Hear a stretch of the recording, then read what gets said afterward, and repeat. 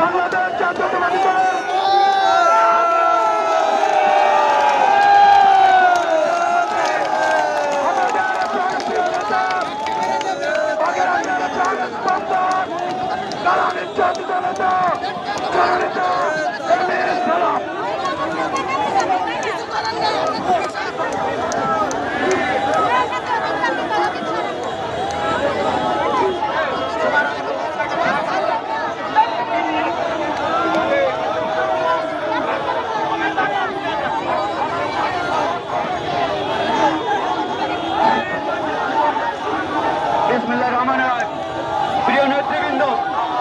প্রিয় নেতৃবৃন্দ, আপনাদের আমি অনুরোধ করছি, আমি আপনাদের উদ্দেশ্যে দুই একটি কথা বলবো, দয়া করে আপনারা একটু চুপ করেন, কথা শুনেন।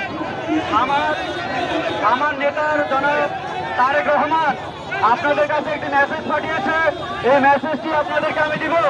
আপনারা চুপ করে আমাদের নেতা তারেক রহমানের কথা শুনতে হবে।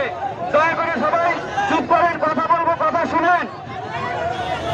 আমি কথা বলার সময় স্লোগান দিবেন না, দয়া করে আপনারা একটু চুপ করবেন।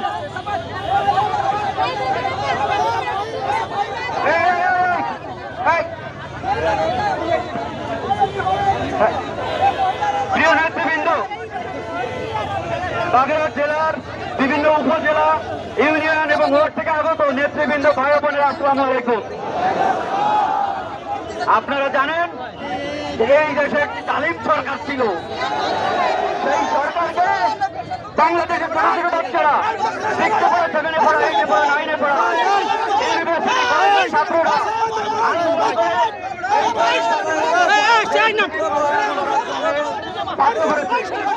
এই ছাত্রছাত্রী ভাইদের সাথে আমাদের নেতা জনাব তারেক রহমানের নির্দেশনায় আমরা বাংলাদেশ জাতীয়তাবাদী দল সহ সকল দলমত নির্বিশেষে বাংলাদেশের জনগণ এক হয়ে এই ছাত্রছাত্রী ভাইদেরকে সহযোগিতা করেছে এবং আন্দোলন করে আপনারা দেখেছেন মাত্র 15-20 দিনের আন্দোলনে এই জালিম সরকার 17 বছর এই বাংলাদেশে রাজত্ব করেছে। আপনার বাংলাদেশের সম্পত্তি লুট করেছে, সম্পত্তি আমাদের দেশের আইন শৃঙ্খলা নষ্ট করেছে, আমাদের জাতীয় সম্পদ চুরি করেছে, লুণ্ঠন করেছে, আমাদের দেশকে একটি অরাজকতার সৃষ্টি করেছে, গণতন্ত্র হত্যা করেছে। আজ আমরা স্বাধীন, এই স্বাধীনতার জন্য আমাদের দেশের ছোট ছোট ছেলেমেয়েরা, মা বোনেরা যুদ্ধ করেছে এই স্বাধীনতার জন্য। মা বোন, ছোট বাচ্চাদের যুদ্ধে ইনশাল্লাহ আমরা জয়ী হয়েছি। আজ বাংলাদেশ স্বাধীন। এই স্বাধীনতার জন্য আমাদের বাংলাদেশের সকল জনতা, ছোট বুড়ো, বাচ্চা, ছাত্র, মা বাবা, ভাই বোন, জনগণকে আমাদের নেতা জনাব তারেক রহমান ধন্যবাদ জানিয়েছেন। আমাদের নেতা তারেক রহমান বলেছেন, আপনারা কেউ কোনো অন্যায় করবেন না। আওয়ামী লীগ অন্যায়ের কারণে আজ দেশ ছেড়েছে, পালিয়ে যেতে বাধ্য হয়েছে। আওয়ামী লীগের নাকি হাজার হাজার কোটি কোটি নেতাকর্মী, তারা আজ কোথায়? শেখ হাসিনা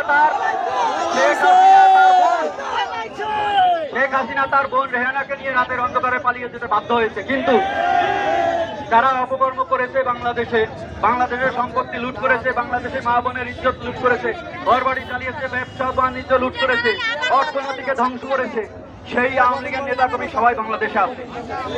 কিছু কিছু পালিয়ে যেতে সক্ষম হয়েছে। যারা পালিয়ে গেছে, আপনারা জানেন ইতিমধ্যে বাংলাদেশে একটি সরকার গঠন হয়েছে, যে সরকারের প্রধান ডক্টর ইউনূস। ইনশাআল্লাহ এই ডক্টর ইউনূসের নেতৃত্বে যারা বাংলাদেশে আকাম কুকাম করেছে, সবাইকে ধরে ধরে বিচারের কাঠগড়ায় দাঁড়ানো হবে।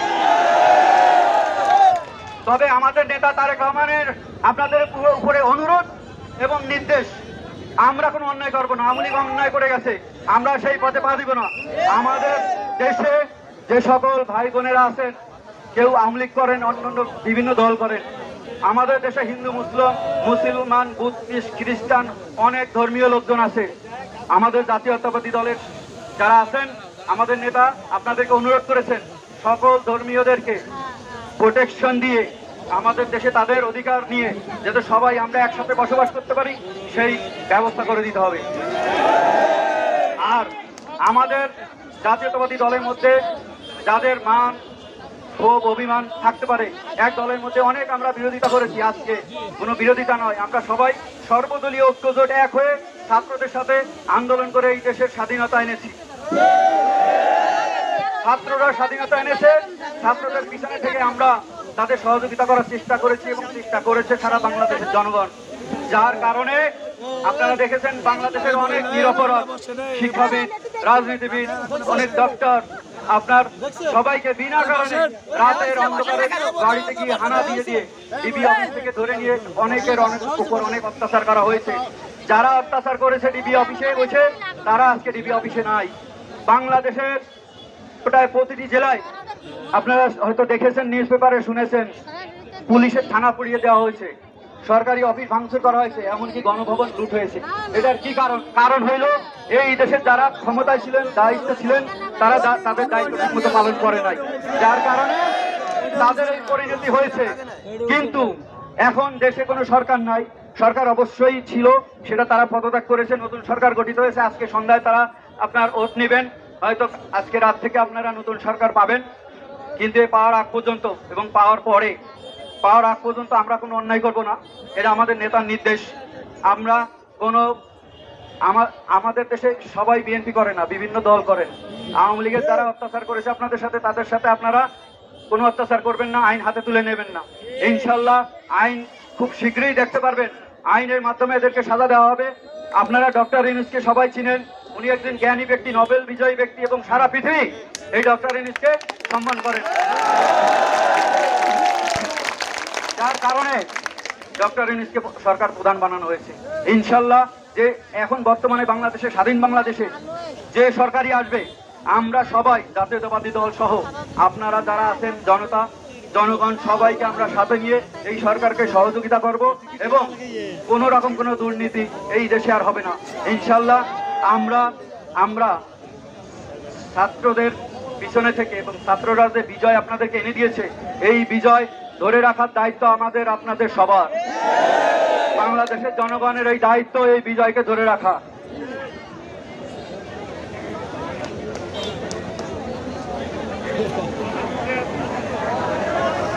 আপনারা জানেন যে রাতের অন্ধকারে রাত 12টার সময় আমার বাসায় ডিবি এসে আমি এবং আমার বন্ধু, বর্তমান বিএনপির প্রচার সম্পাদক জনাব সুলতান সালাউদ্দিন টুকু, আমার অপরাধ, আমি বিএনপির নেতৃবৃন্দদের নিয়ে আমার বাসায় বসে আন্দোলনের যে চলছিল, আন্দোলনের ধারাকে প্রবাহিত করার জন্য আমরা আমাদের নেতাকর্মীর সাথে যোগাযোগ করছিলাম।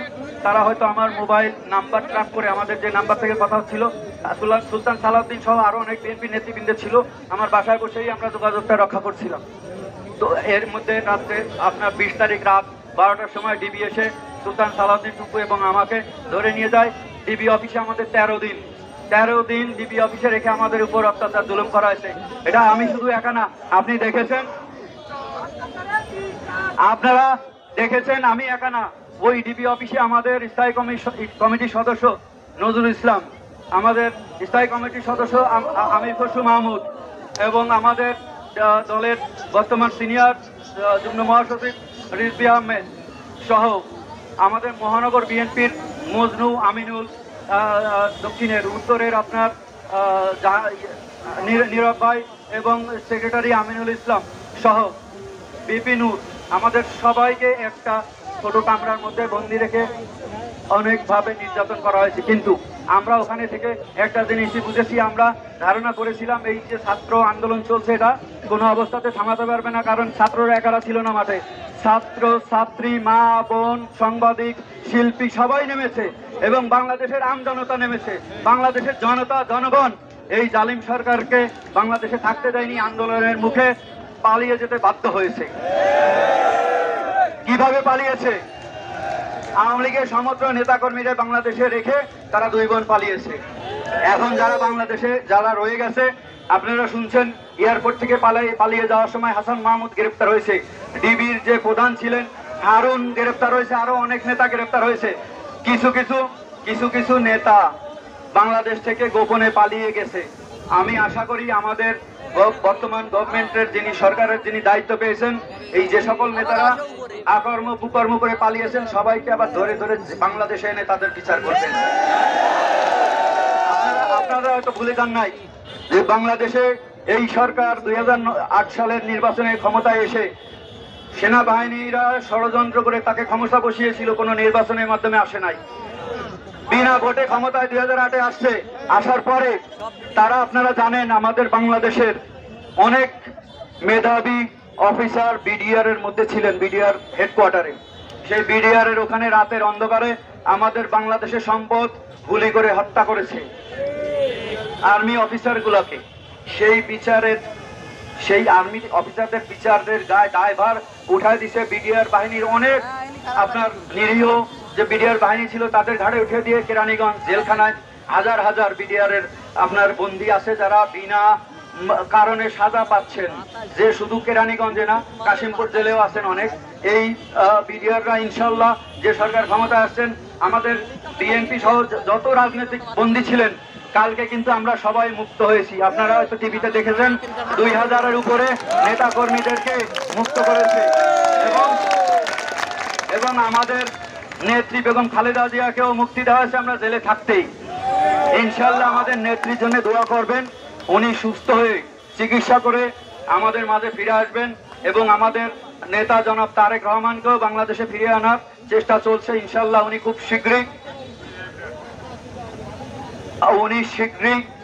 এই বাংলাদেশে ফিরে আসবে এবং জাতীয়তাবাদী দলের হাল ধরবেন।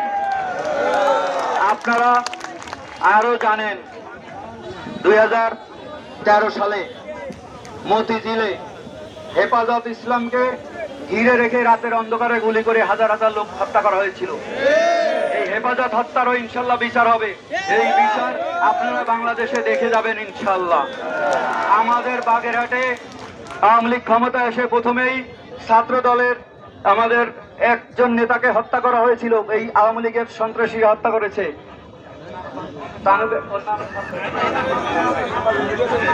ছাত্র দলের যুগ্ম সাধারণ সম্পাদক ইবাদুল